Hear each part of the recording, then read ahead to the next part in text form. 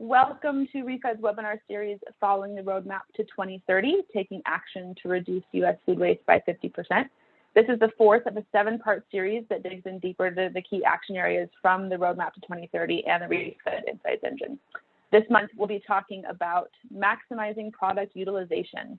As we host each new installment every month between now and November, we'll not only be walking you through what the data is telling us, but also assembling a team of experts who will help us bring that data to life through their lived experiences and perspectives. So if you haven't already done it, I'd like you to encourage you to sign up for the remaining installments of the series, and we'll put that registration link in the chat box for you now. I also want to take a moment to recognize our media partner for the series, who's Food Tank. They work to educate, inspire, advocate, and create change in the food system. You can find them at foodtank.com, and we want to thank them so much for collaborating with us on this series. For those of you that have joined us previously, you'll know that we typically ask a few poll questions before we start the discussion.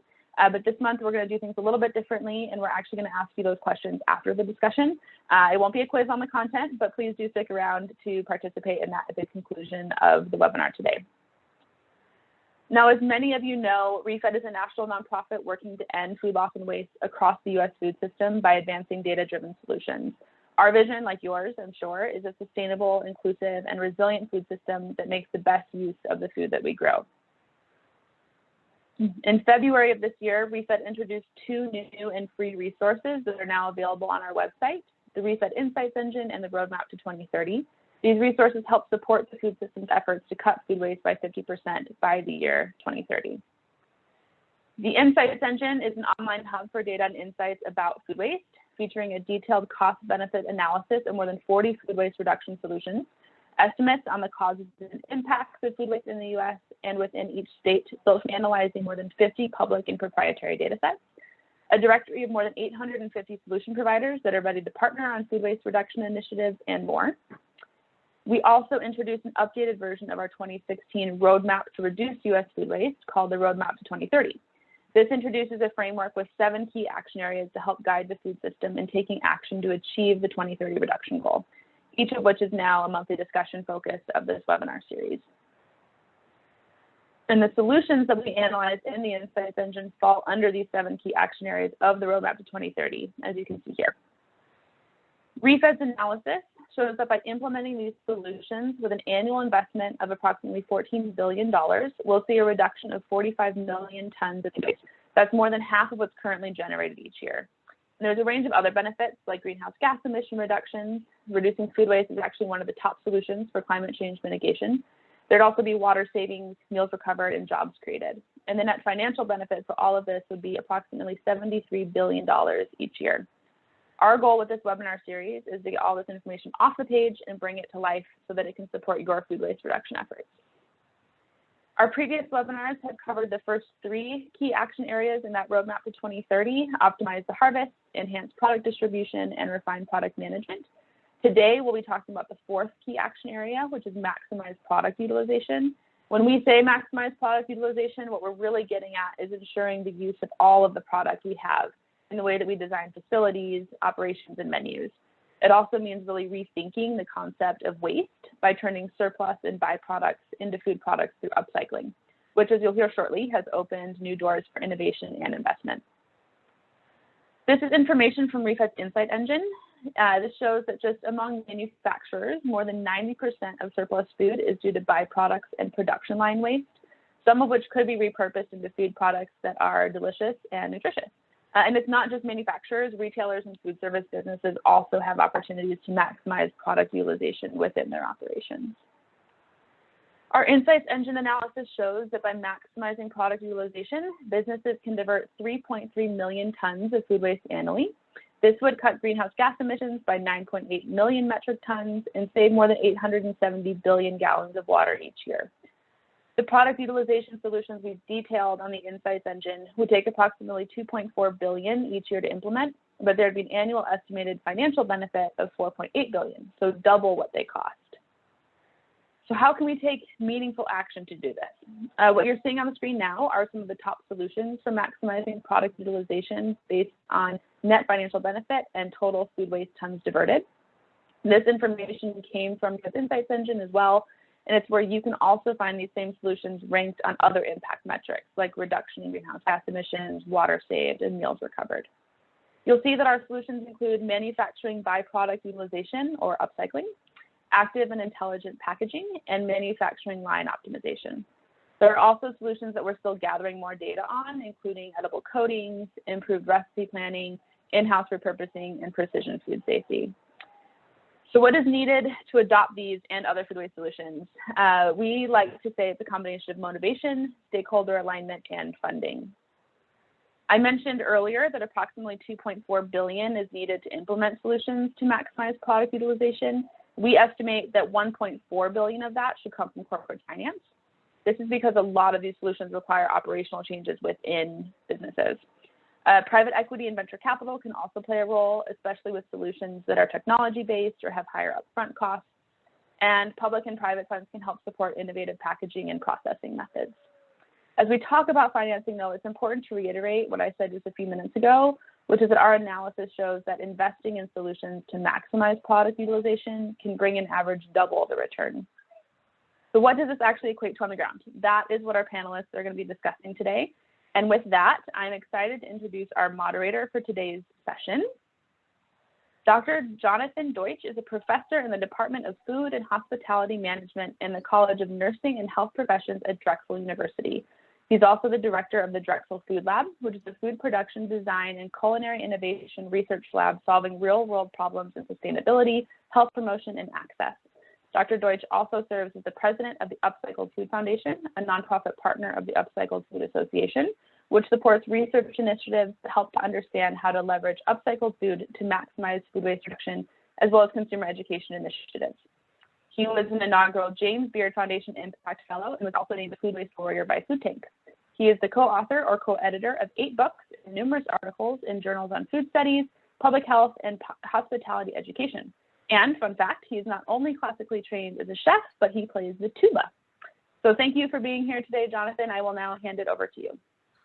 Great. Thank you, Jackie, and thanks for everyone for joining us. Today, we have a great group of panelists to provide some additional insight into the data that you shared. I'm pleased to welcome Claire Sand, Liran Akavia, and Turner Wyatt. And I'll give you brief intros on everyone. Claire Sand. Claire is a global packaging leader with 35 plus years of broad experience in the food science and packaging spectrum. She's owner and founder of Packaging Technology and Research and an adjunct professor at Michigan State University and Cal Poly. She's also Food Technology Magazine's monthly packaging columnist and a monthly contributor to Packaging Digest. Liran is a serial entrepreneur and sales leader who specializes in the fields of AI and manufacturing, particularly in reducing waste and quality losses in the food industry. Liran is co-founder and CEO of Sibo, a technology platform that uses process-based artificial intelligence to help businesses understand why losses are occurring and how to prevent them in the future. And Turner Wyatt. Turner is a social entrepreneur focused on climate change via food waste prevention. He is the co-founder and CEO of the Upcycled Food Association, and previously he was the executive director and co-founder of Denver Food Rescue. Turner was also appointed by the mayor of Denver to serve on the Denver Sustainable Food Policy Council to help the city and county of Denver create policies to make a more sustainable and just food system. So thanks to all of you to this phenomenal panel for being here today. And let's get started. Lots to discuss. So I'd love to just start by hearing from each of you. If you could tell us a little bit about your organization and how your work is related to maximizing product utilization as a way to reduce wasted food. And we'll go in the order that I introduced you. So starting with Claire. Hey guys, happy to be here. One of the things my company does is really work on preventing food waste. But with that being said, you know, when we have upcycled food, we've already worked really hard to gather it. And so the same type of technologies need to be used in order to prevent that food waste, food waste from upcycled food. So what my company does is work at the interface of food science and packaging science. And so we develop and we rank science-based and value chain-based solutions that reduce food waste. So some of those are intelligent packaging, which we'll talk about. Some of those are active packaging, and some of them are very, very specific to a specific client. Great. Welcome, Claire and Liran. Thank you, Jonathan, and hello, everyone. I'm happy to be here. So Sibo is a predictive quality and waste solution. Our focus is on the manufacturing of food, and we help the largest manufacturers around the world to reduce waste. For example, we help Nestle, and Barilla, and Mondelez, and General Mills, and Lindt, and many, many others. The Sibo solution is using proprietary technology, process-based artificial intelligence, that reads data from the production line, gains the waste and the quality, and help manufacturers to answer the three most important questions: why waste is happening, how to prevent waste, and when to act. Great. Welcome, Liran and Turner. Hey, everyone. I'm Turner White. I'm the CEO of Upcycle Food Association. First of all, I have to laugh every time I hear Dr. Deutsch's bio. In other words, this is the most qualified guy to have this conversation on the entire planet. Like, takes 10 minutes to read off and I learned something. I worked with John for years and I learned something new about him every time I hear that. So thanks, John, for being here, and thanks, Liran and Claire, and thanks, ReFed and Food Tank. Great to see so many people interested in this topic.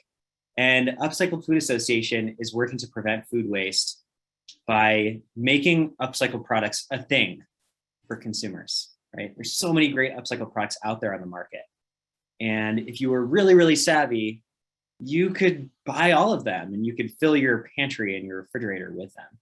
But it's hard, because how do you know which ones are upcycled? And how do you know the impact that you're making as a consumer when you're buying those products? And so we're working as a coalition of a couple hundred businesses all around the world to answer those questions and to make more upcycled products more accessible to more people all around the world. Great. And thanks, Turner. You're always so generous with your words. I appreciate it. And what a phenomenal panel. Welcome to all of you. So this first question or next question is really open to anyone. So I think for those, for many of us, the connections among you may not seem obvious. Your solutions seem to sit at separate points of the supply chain. So, connect the dots for us, help us understand how upcycled food products, innovative packaging technology, and process-based AI how these pieces fit together to maximize product utilization across the supply chain. And whoever wants to grab this one, just get us started here. I'll get us started, because AI is something I'm super excited about. And when I think about big data and the power of big data, we have the technology out there with AI, with intelligent packaging linked in the supply chain, with discerning what type of ingredients are in our upcycled food. We have this incredible amount of data. And we also have the ability to analyze that data. And AI is part of that. And we have more potential now than we've ever had. But the other thing we have, and we can do this with AI, we can do this by track and trace through the system. One of the things I just heard, from Turner was, how do consumers know that they're buying this? How do they know their impact? We can actually do that with track and trace, with the impact of packaging, but also the impact of, hey, you bought this, a certain percent of your product has this specific upcycled ingredient, and this is what was done on the production line to reduce food waste, and You can transfer that all the way through to the consumer with intelligent packaging and AI and linked data systems. And so it's an amazing place to be right now in the field of food packaging and dealing with food waste, because I feel like we are on the cusp of a consumer being able to just go to the store and know what the impact of that exact package and that exact upcycled or not of food is on the planet. And that's extremely powerful. I'm happy to share my point of view about that. I think that the big part of the food waste is done at the end point by consumers when we buy too much and when we throw out of the fridge, restaurants, supermarkets, and to make impact there, that could make a huge contribution, but this is difficult. This is changing consumer behavior. This is changing how business owners like restaurants and supermarkets are thinking and treating their food. While when you look at manufacturing, the waste that is being saved in manufacturing might be relatively to the waste in the market, lower amount of waste, but the impact that you can do per action is much greater. Instead of educating billions of consumers or millions of business owners, you can go to one production line or change the packaging, as Claire mentioned, and impact the waste in a meaningful way. And from us or from the Sibo point of view, we are looking for those points when you can where you can focus and drive big savings with relatively less efforts if you compare it to educating billions of people. Yeah, I would say that the thing that unites all of us here is that we're providing market-based solutions to food businesses that provide a return on investment, both financially and environmentally.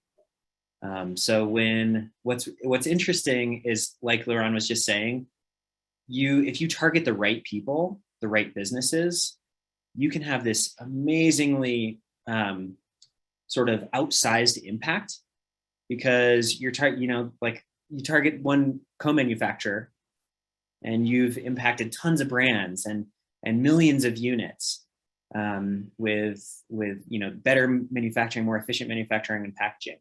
You can do the same thing by including a little bit of an upcycled ingredient in your formulation, having a really big impact by including an ingredient at small percentage even that helps to prevent food waste at scale. And like Jackie was saying at the beginning, I think it's like, what was it? Like 75% or more of the total investment that needs to come to finance this part of the food waste solution has to come from businesses. Well, how do you get businesses to act? You have to show them a return on investment. And so while, yes, Liran, it is important to kind of target the right key players throughout the supply chain, at the end of the day, everyone is asking the same question. Do consumers really care? Because yes, they all have their own sustainability goals and they're thinking, oh, we made some dramatic public announcement that we're going to do XYZ by 2030 and we have to make some moves to uphold that promise. But if they don't do it, like, do some tricky PR and no one's really going to notice if they don't hit those goals, right? So at the end of the day, they want to know if consumers are going to buy it. And so how do you make consumers buy something? You have to frame things in a way that really connects with people, because ultimately the consumers are the most important part of the entire supply chain. And so I think, it's a balance of both of those things. Turner, quick follow-up question that I saw from Jeff in the chat, which is, can you define upcycled? I know you can. Jeff, the hardball questions already. Tough question to answer, Jeff. Great question. You can read all about the work that we did with Harvard Law School and ReFed and WWF and Natural Resources Defense Council to define upcycled food. It's a long process, but basically what it means is to prevent food waste. It's a product that uses a value-added ingredient that otherwise would have gone to waste. So it's sort of just decoding all of that academia and research and supply chain into something that very simply says this product helps to prevent food waste, which is ultimately what this whole thing is about: decoding and demystifying what is upcycled food for consumers so that they can make easy, informed, sustainable decisions.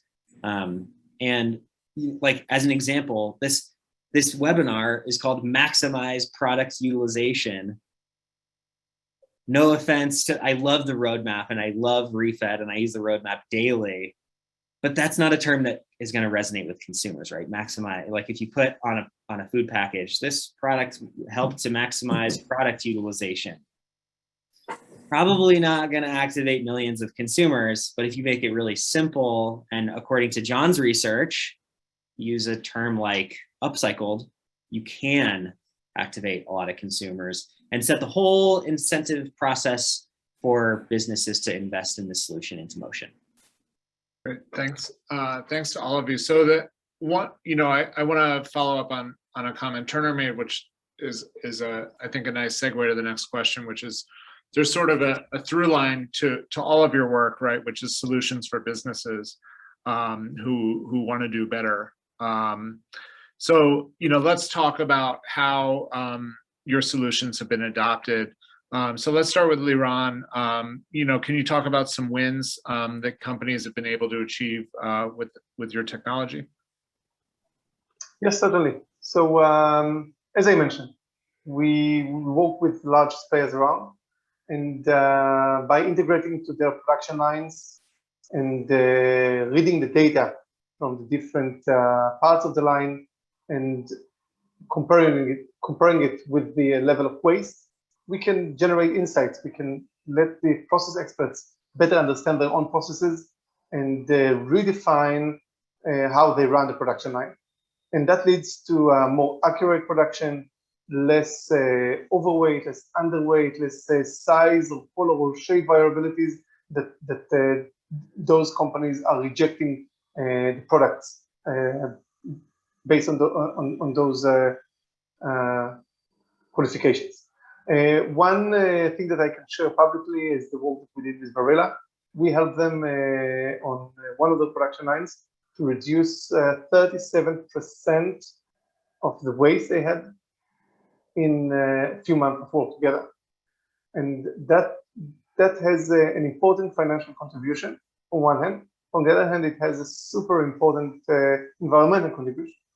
And we are now expanding the relationship with Barilla as we do with many, many other customers. And from a single point, I would say, we can drive big impact. Great. And Turner, same question for you. What are you seeing in terms of consumer demand and wins in the upcycled food products world? Sure. So thought experiment I love to do is think to yourself, do I care about food waste? You're on this webinar, so the answer is probably yes. Then think about the person who has the most disparate political ideologies and beliefs from you. That's like your uncle or someone at work or whoever that is, whoever that person is, I know who they are. And then think if they care about food waste. And no matter, for most people, no matter how much you disagree with them on most things, it's possible to think, oh, I can see them caring about food waste. And that's because everyone cares about food waste.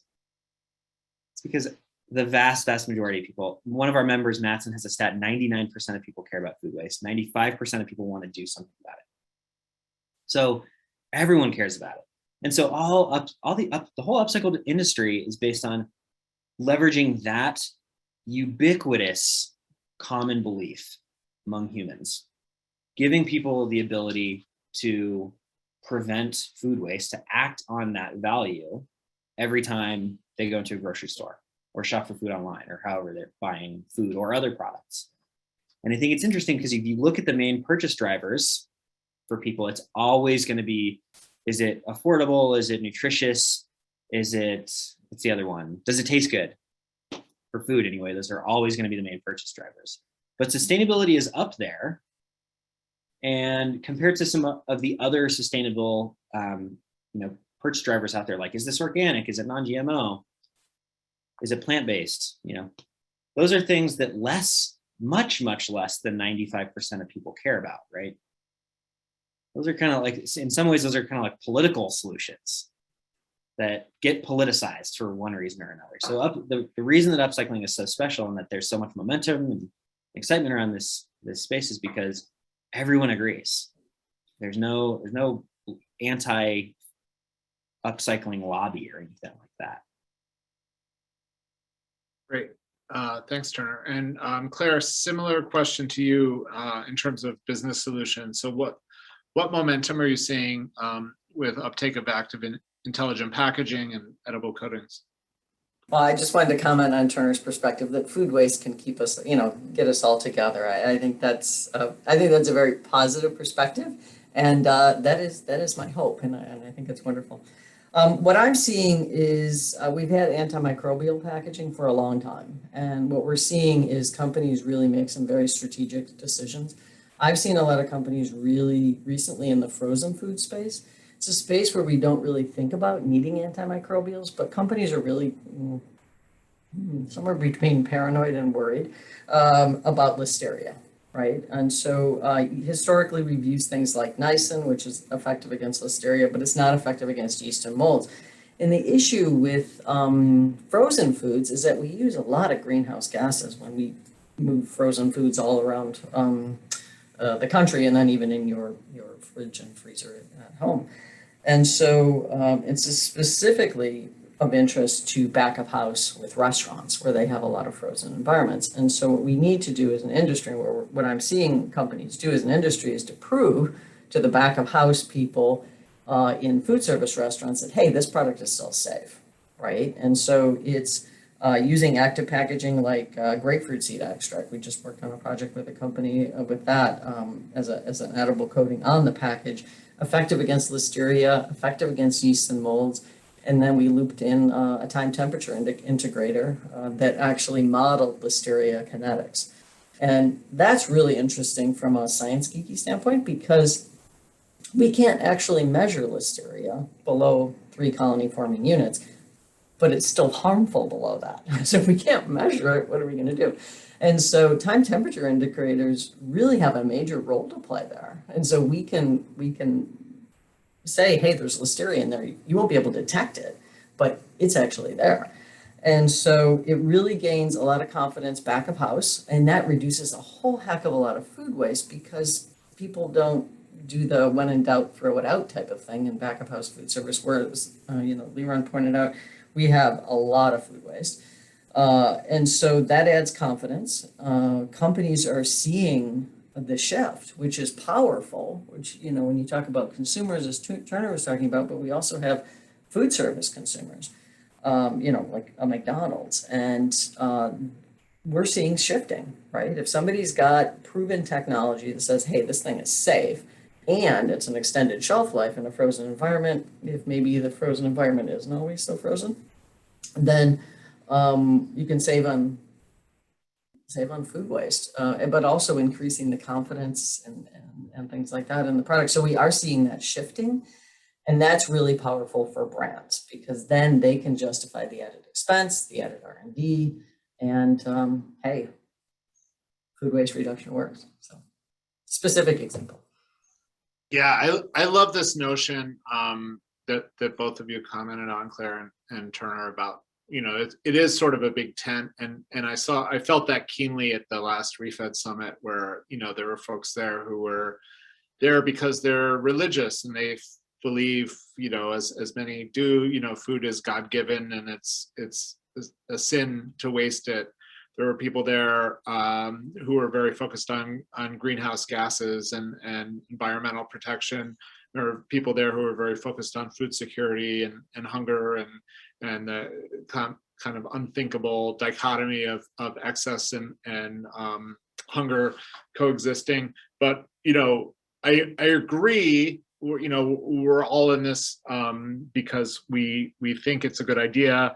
But there's still a long way to go. So I want to not be too much of a Pollyanna, and also, ask you, what are some of these persistent challenges, right? If it's such a great idea, why is food waste still such a persistent problem, or wasted food still such a persistent problem? What progress has been made, and where do you think we still have room for improvement? And I'll open this to anyone who wants to jump in and get us started. Yeah, I think it's really investment in consumers, and that's one of the reasons I really enjoy working with ReFed. Is is that, we do have a lot of consumer waste by consumers, but then also back of house. I think it's something like 82% if you add up the total of those. And that's a whole heck of a lot of food waste, right? Or 82% of the food waste occurs in those environments. And one of the big challenges, of course, is brands don't see people shifting, right? So if people buy the same amount of food, right? Or if they waste less food, they're going to buy less food. And so for a brand to really implement that, they need to show that consumers will buy more of their food versus somebody else's food, right? I mean, from a fundamental level, we're still buying the same amount of food. And so I think that link to consumer buying power is really been a stumbling block. When we look at it on like global north, global south, that type of thing, and what you were just talking about, it does get more complex, right? But at the end of the day, we still need to communicate to consumers in a very meaningful way that this product or package solution will help you waste less food. And when you put a business lens on that, that means that we need to prove to the brands that people will buy their product versus somebody else's product if they do this solution. So consumer testing is a big part of that communication. The Upcycled Foods little logo, boy, that's awesome, right? We need that same type of thing. Great ease of communication, but I think we're getting to what I was talking about before, consumers being able to scan a QR code and look at the exact environmental impact of the product package process that was used for that specific item. But yeah, so it's really right now, I think it's, brands needing to do that consumer testing. And they've got a lot going on. They're kind of busy right now with all sorts of supply chain issues. When we look at that from the plant point of view, from the factory point of view, and when we would like to put artificial intelligence, we need to do some basic things first. We need to get the data from the production line. And if I would use some gentle words, not all the plants in the world are cutting edge. Many machines are old, and not every plant has the data available. The supporting power that we have to overcome this challenge is the fact that there is a big business contribution on top of the environmental contribution. So a manufacturer today is seeing the opportunity of saving millions every year, and this is what drives them to take those steps and extracting data from the production line, installing additional equipment, for example, like cameras and checkwires, to see those faults and solve them automatically. And the financial contribution that is coming along with the environmental contribution is the power that is pushing the plants to install the equipment and buy the technology and solve the problems. But for your question, John, what makes it difficult today is the availability of data and the accessibility to this data. Great. Turner, your thoughts on this one? Yeah, I agree with everything that people have said so far. I think one thing I want to point out, because Claire and John said global north, global south, right around the time that Sarah put a great comment in the chat. The perpetual amplification of white experts in areas disproportionately affect non-white populations presents a glaring lack of representation. And I think when we talk about a global supply chain in a food system that disproportionately does provide unhealthy diet-related illness causing illnesses in lower income communities of color and healthier illness fighting foods in higher income and wider countries and communities on a local level. In other words, a racist food system. When I think about the food waste industry, and in particular the upcycled industry, is it's an opportunity to fight against the status quo and the inertia that this that our food industry has built up to provide those health outcomes disproportionately. In other words, if like take how much food is going to waste, if you go to the roadmap, or excuse me, to the insights engine, and you look at how much value we can gain from preventing food waste, it's a huge, I mean, hundreds of billions of dollars can be gained from this industry. And for by and large, that's a lot of found value, especially in upcycling. This is a co-product that for centuries sometimes has been going to waste out of some manufacturing plant somewhere. And all of a sudden we're saying, well, that's worth a lot of money. So we're finding that value just kind of out of thin air. And so that begs the question, well, what are we going to do with that value? If there's $1 trillion on the table of otherwise wasted food that we can commercialize, what can we do with that $1 trillion to make our food system more healthy and equitable as well, especially for people in the global south? Because of course, farmers and farm workers are by far the most exploited and underpaid entity within the food system. And they're the ones, according to new studies that people have probably seen out recently by World Wildlife Fund and others, on-farm food loss and byproducts from agriculture like cascara, the fruit that comes off of a coffee seed, just piles up. And if we could commercialize that and sell it, then coffee farmers could be making twice the revenue, right? Assuming that it was the same price as coffee. And so that's what this is all about. It's about giving credit where credit is due. All food has value because we put so much energy and resources and labor into creating it in the first place. So let's make sure we get it out. And let's make sure that those resources are directed towards the people who have put so much energy into the food system. So answering that question in sort of a tangential way, John, but I wanted to address some comments and words that were. I just want to make a quick comment. I agree, Turner. And one of the things I think we need to work hard on, and we've got tremendous consolidation in our food industry. And somebody asked me a question. It's like, well, what about these smaller food companies and da da da da? It's like, oh boy, they're pretty small, right? If you take a category like oatmeal or yogurt or something, we've got some major players, and then we've got the smaller ones. And so one of the things I think we need to do is to really invest in. We've got some huge scale solutions, and it's easy to get excited about these solutions because we see the scale, right? And one of the things we always talk about is it's scalable for this giant food industry we have. But we also have to have solutions that can reduce food waste for the small scale people, for the small farmer, for co-op groups, things like that. In Minnesota, we have this group called the Young American Farmers Association. Well, hey, these guys are awesome, right?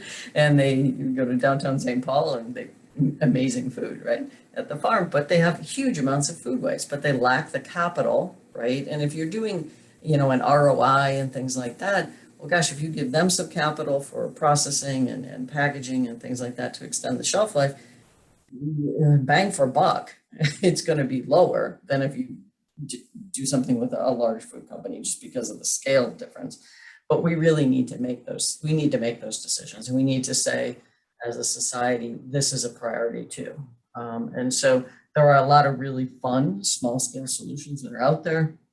I do think that's coming down the pipe, but we do need to make these not ROI based and make a much more social based, food justice based, local based types of decision making. If you've got somebody sourcing mangoes from Tanzania and they're shipping them, to Minnesota, right?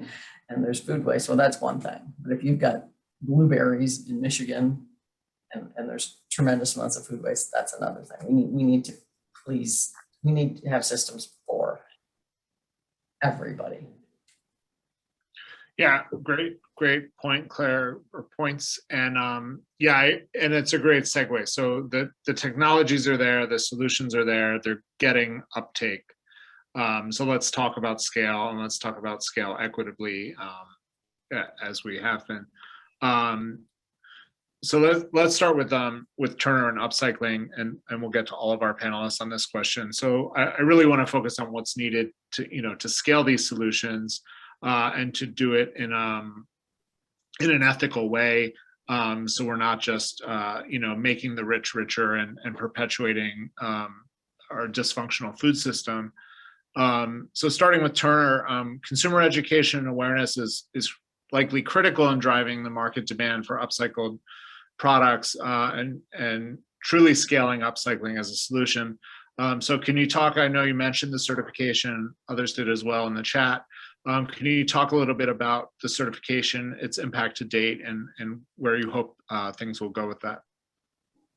Yeah, so for those of you who haven't seen, there is a new mark out there that hopefully in the months and certainly years to come, you're going to see a lot more when you're in the grocery store and shopping for food online. And you can go to our website, upcycledfood.org, and see what it looks like. Unfortunately, I don't have a copy right here that I can show you. But it's a really powerful mark that we did a ton of research on to make sure that it was going to really accomplish what we wanted it to, and that's drive more consumer demand for upcycled products. Because again, that's really the underpinning of this entire industry, is how can we get consumers really, really excited about food waste in a way where they're thinking about it every time they go into the grocery store, and they have an actionable, very tactile solution that they can participate in, like buying the products that actively help to prevent food waste. And so it's sort of a backbone to a lot of consumer education efforts. I would love to see the logo on a Super Bowl commercial, or and before a Netflix video. And I mean, there's all kinds of advertising things that we can do with it.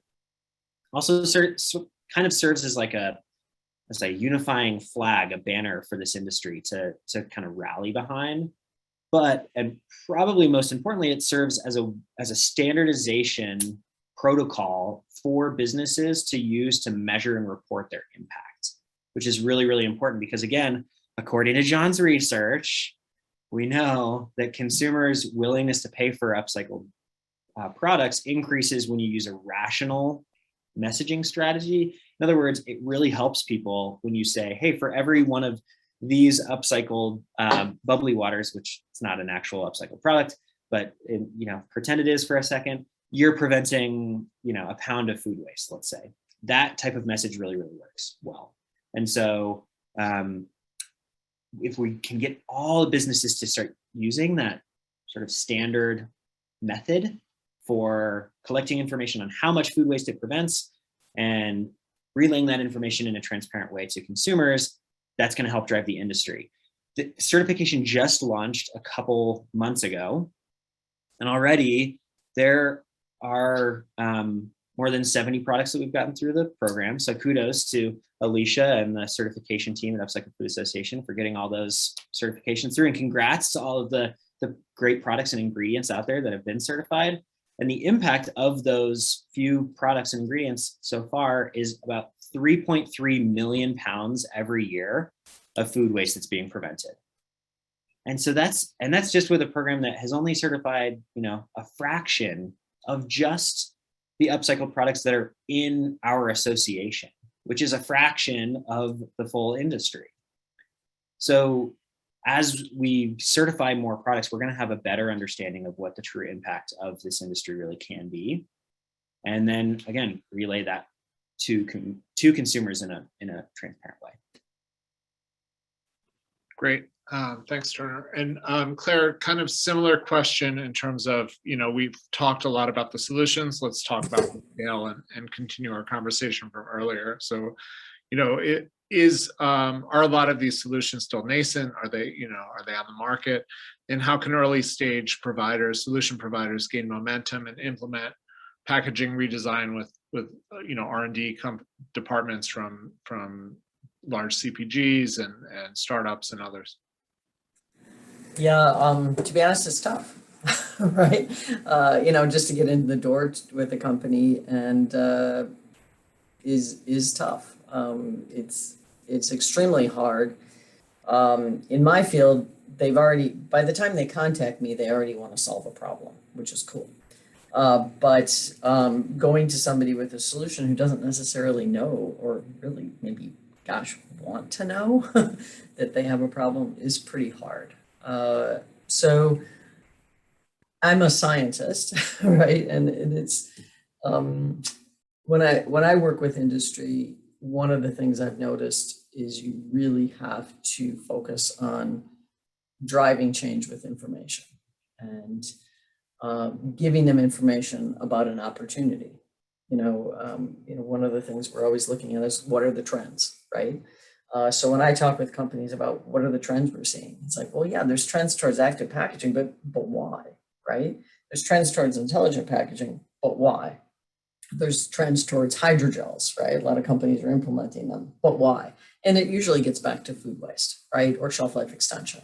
Or in the business world, you translate it for them. Maybe they're not passionate about food waste for whatever reason, but they really want to expand their distribution network, right? So you have to translate those ideas in their world. And so one of the things we do is we lay out a whole value chain thing for like a solution provider, like we were working with a zinc oxide company and just sort of said, okay, this is what your technology does. This is what it translates to for the distributor, the brand, even before the brand, to the packaging provider. This is what it translates for, right? So, it can be used as a mold inhibitor in paper, but how does that relate to food waste? Well, that's how it resonates with the packaging provider.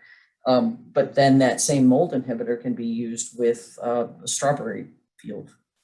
People in a strawberry field, well, they don't have to go through that next step, right, in the process. They can skip a step. It'll save them time, labor reduction, back of house. So it's really looking at those drivers, but translating those drivers into the business world, and it's pretty hard because you have to do it specifically for each entry point in the value chain. And then the next step is, well, who's going to pay for all this, right? And the answer is everybody who benefits. So, Liam was talking about quantifying. Well, that's super important because if you can say, okay, this person on the value chain is going to save 10%, this person saves 15, blah, blah, blah, blah, blah. Okay, let's divide it up. Here's the technology. Let's implement. Let's go for it. That's a lot of coordination, right? But it can be done. But you have to translate the impacts into a business case at each step of the value chain and then quantify the impact and then make the switch. I want to come back to that business case question in just a minute, because I think it's really important to talk about the investment. Before we do that, I want to give Liran a chance to answer the last question about what's worked for Sibo in terms of scaling the technology, and what will it really take to continue that and to get to scale. So Sibo is already in scale, and we provide a service to hundreds of production lines around the world. And what usually it takes is to work with the corporate and identify exactly the business case that Claire mentioned. The most convenient way for corporate to take a decision, an investment decision, is to see the gain on the other side. And unfortunately, with many production lines today, the gain is pretty straightforward. There is waste. The production lines are not always as efficient as we would like them to be.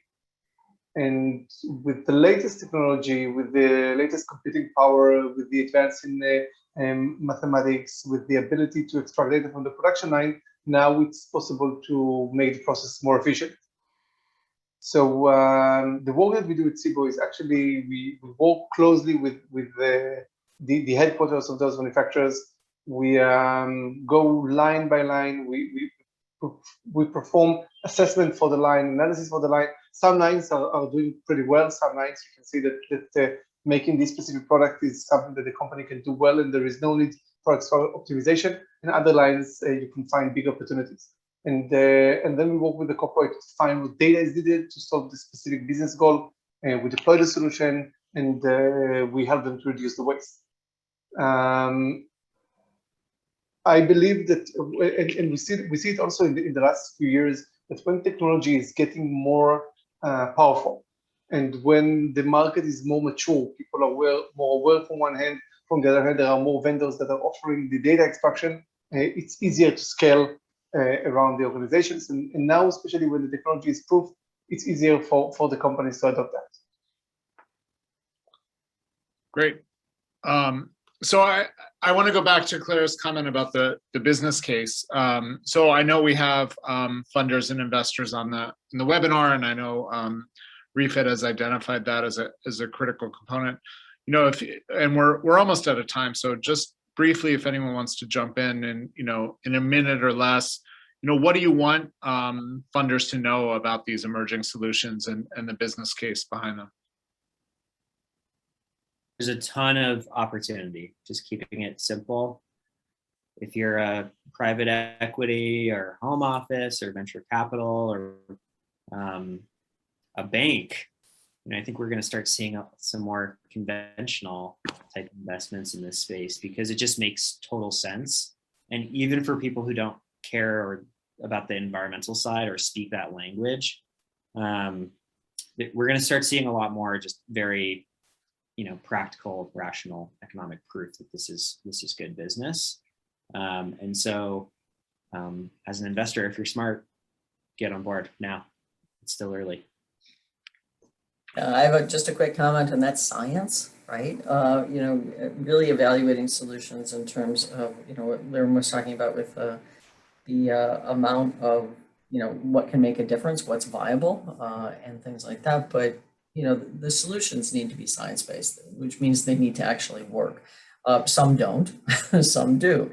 And really harnessing that and assessing that is extremely important because we have a lot of investment dollars and nothing makes me more sad to see investment dollars go to science solutions that are maybe not, or solutions that are maybe not viable in terms of science. I have one last rapid fire question as we hit the end of the hour, and then I'll turn it back over to Jackie. So the rapid fire, I'll ask each of you in just a few words. If there's one sort of takeaway, key learning that you want people to leave this webinar with today, what would it be for you? And let's start with Liren. So the most important message I can convey to manufacturers, because this is the target people that we work with, is define the business goal. Define exactly what is the thing that you would like to solve, and focus on that. Don't try to solve all the problems because some of them are not important. Okay, thanks. And Claire? Yeah, information. Information is power. We've seen that.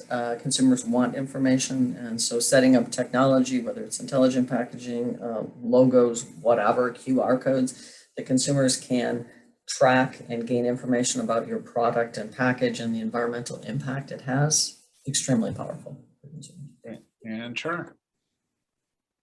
Buy upcycled products. All right, fair enough. I want to thank everyone for joining. This was a really phenomenal panel, and I also want to mention the really great conversation that was happening in the chat. Hopefully, you were following that as well. I was learning a lot in addition to listening to reading. I'm not a great multitasker, so I'm going to have to go back and dig deeper. But I really appreciate the challenging and thought-provoking comments happening there as well. I want to turn it back over to Jackie to close us out and give us a preview of the next webinar in the series. Sure. Thank you, Jonathan. Thank you to our panelists. Thanks for everyone that attended, and especially participating in the chat in that great discussion. At the beginning of our session today, we do have a couple of questions to ask you. So those should be popping up on your screen here momentarily. And I ask you just to take a moment to answer them. And do note that your answers will be anonymous. While you are doing that, as Jonathan mentioned, I'm going to give a preview for our next session as well. I'll also let you know that we're going to be sending out an email link with today's webinar recorded, along with some of the highlights from the discussion. This is the 4th installment of a 7-part series, as I mentioned before. Our next installment is on September 22nd, so mark your calendars. And it focuses on the 5th key action area, which is reshape consumer environments. We got a lot of great discussion today around consumers. There's a lot of great questions in the chat about consumers. So do join us again for that session on September 22nd if you want to continue that conversation.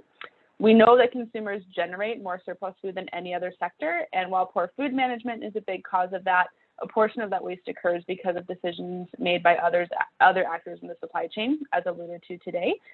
So how can shopping, cooking, and eating environments all evolve to help consumers waste less? And what's needed to shift our overall culture to place more value on food? Our panelists will include Sophie Egan, Program Director at Minutes of Change University Research Collaborative, a nationwide network of colleges and universities using campus dining halls as living laboratories for behavior change. We'll also be joined by Priyanka Malhotra from Hellmann's, which launched the Food Waste Initiative to reach consumers earlier this year at the Super Bowl. And we'll also be talking with Helen White, who runs the Household Food Waste Division at WRAP in the UK and has lots of information to share about consumer education efforts. So it's going to be a great discussion. We've added a link in the chat box, so please do register if you haven't done so already for that session. If you have any questions or feedback about today's discussion, please reach out to us at insights@refed.com. Don't forget to sign up for the new ReFed Food Waste Action Network. It's a free network for people from across the food system and from different backgrounds to connect and engage about food waste reduction. So thank you again for joining and have a great day.